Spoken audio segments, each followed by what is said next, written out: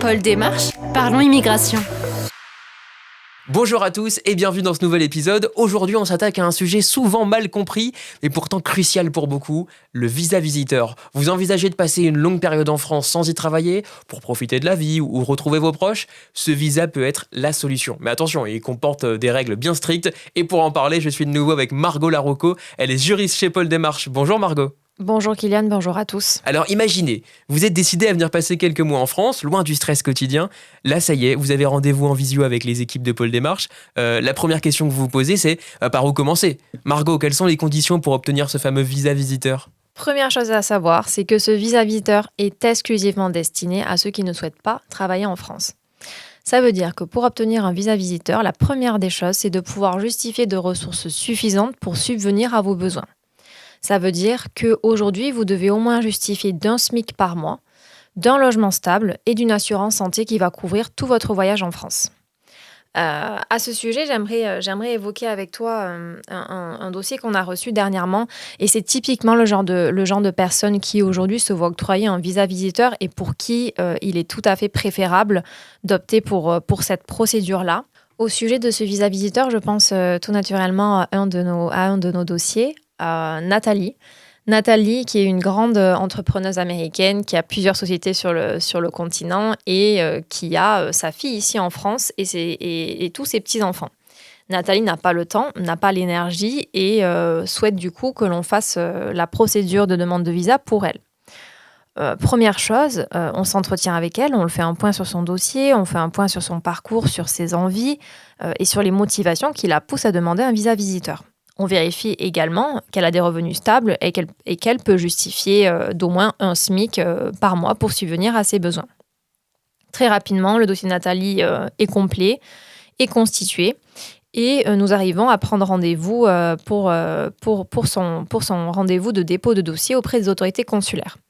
En effet, il faut savoir que cette procédure est faite d'abord en ligne et que dans un second temps, le demandeur, la personne qui sollicite le visa, va déposer un dossier et son passeport auprès des autorités compétentes. Quelques semaines plus tard, Nathalie reçoit un SMS, son passeport est prêt. Elle se rend donc auprès des autorités compétentes, reprend son passeport et, à sa grande surprise, le visa est bien à l'intérieur de son passeport. Elle prend l'avion quelques jours plus tard et rejoint sa fille et ses petits-enfants pour passer d'agréables vacances. Et justement, Margot, beaucoup se demandent, est-ce que c'est vraiment interdit de travailler avec un visa visiteur? C'est tout à fait interdit de travailler avec un visa visiteur. Il n'est pas possible d'avoir une activité en France si vous détenez un tel visa. Tout simplement, si vous voulez travailler en France, on pourra partir sur d'autres procédures de visa, du style visa salarié, visa détaché ICT ou encore visa passeport talent. Dans ces cas-là, on en discute ensemble et on voit quelle est la meilleure stratégie à adopter. D'accord, mais alors pourquoi opter pour ce visa? Quels sont les avantages pour ceux qui n'ont pas l'intention de travailler? C'est la solution idéale, tout simplement pour profiter de la France, pour profiter de ses proches, sans les tracas administratifs qui pourraient être liés à un permis de travail, par exemple. C'est tout à fait une solution parfaite pour les retraités ou pour ceux qui ont de la famille en France et qui ont la chance d'avoir des revenus stables. À ce sujet, je pense à un de nos clients, Ahmed, qui est arrivé en France il y a un certain temps avec un passeport talent. Il vient de se marier d'ailleurs sur le territoire français et a eu des jumeaux.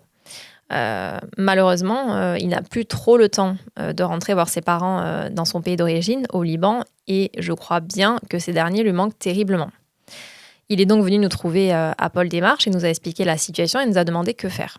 Très simplement, ce qu'on lui a proposé, c'est de faire un visa visiteur pour chacun de ses parents afin que ces derniers puissent rejoindre le territoire français en toute quiétude et puissent profiter pleinement de leurs petits-enfants et de leur fils Ahmed.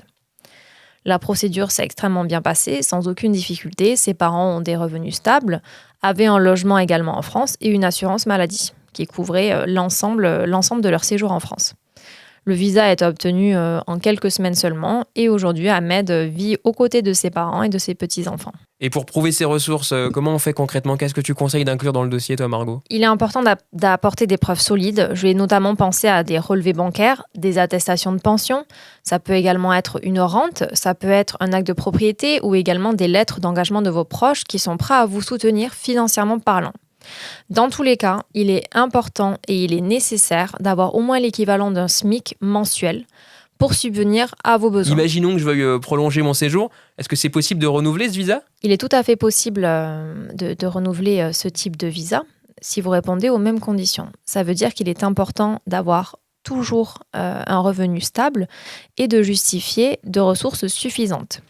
L'important, c'est que à ce niveau-là de la procédure, on vous accompagne dans le renouvellement de votre visa, étant précisé que cette demande se fera désormais devant la préfecture et qu'il vous sera remis un titre de séjour visiteur. Et si malheureusement ma demande est refusée, qu'est-ce que je fais ? Que faire ? Comme je dis à chaque fois, rien n'est perdu. Ce n'est pas la fin du chemin. Deux possibilités. Soit on peut faire un recours, d'accord, parce que notre demande de visa a été refusée et on souhaite faire un recours contre le refus de visa. On peut également tout simplement redéposer un dossier dans la foulée, rectifier le dossier, peaufiner le dossier, motiver le dossier d'une manière différente et le redéposer immédiatement. Merci Margot pour toutes ces précisions. Si vous avez trouvé ces informations utiles, abonnez-vous à notre chaîne et activez la petite cloche pour ne rien louper des prochains épisodes. Et puis si vous avez besoin d'aide pour vos démarches, rendez-vous sur www.poldémarche.fr ou alors venez nous voir au 11 avenue du Général Leclerc 94 600. On est à Choisy-le-Roi pour avoir l'opportunité d'être accompagné sur votre dossier. Je vous rappelle le numéro pour prendre rendez-vous, 01 89 76 00 85. À bientôt pour un nouvel épisode. Paul Démarche, parlons immigration.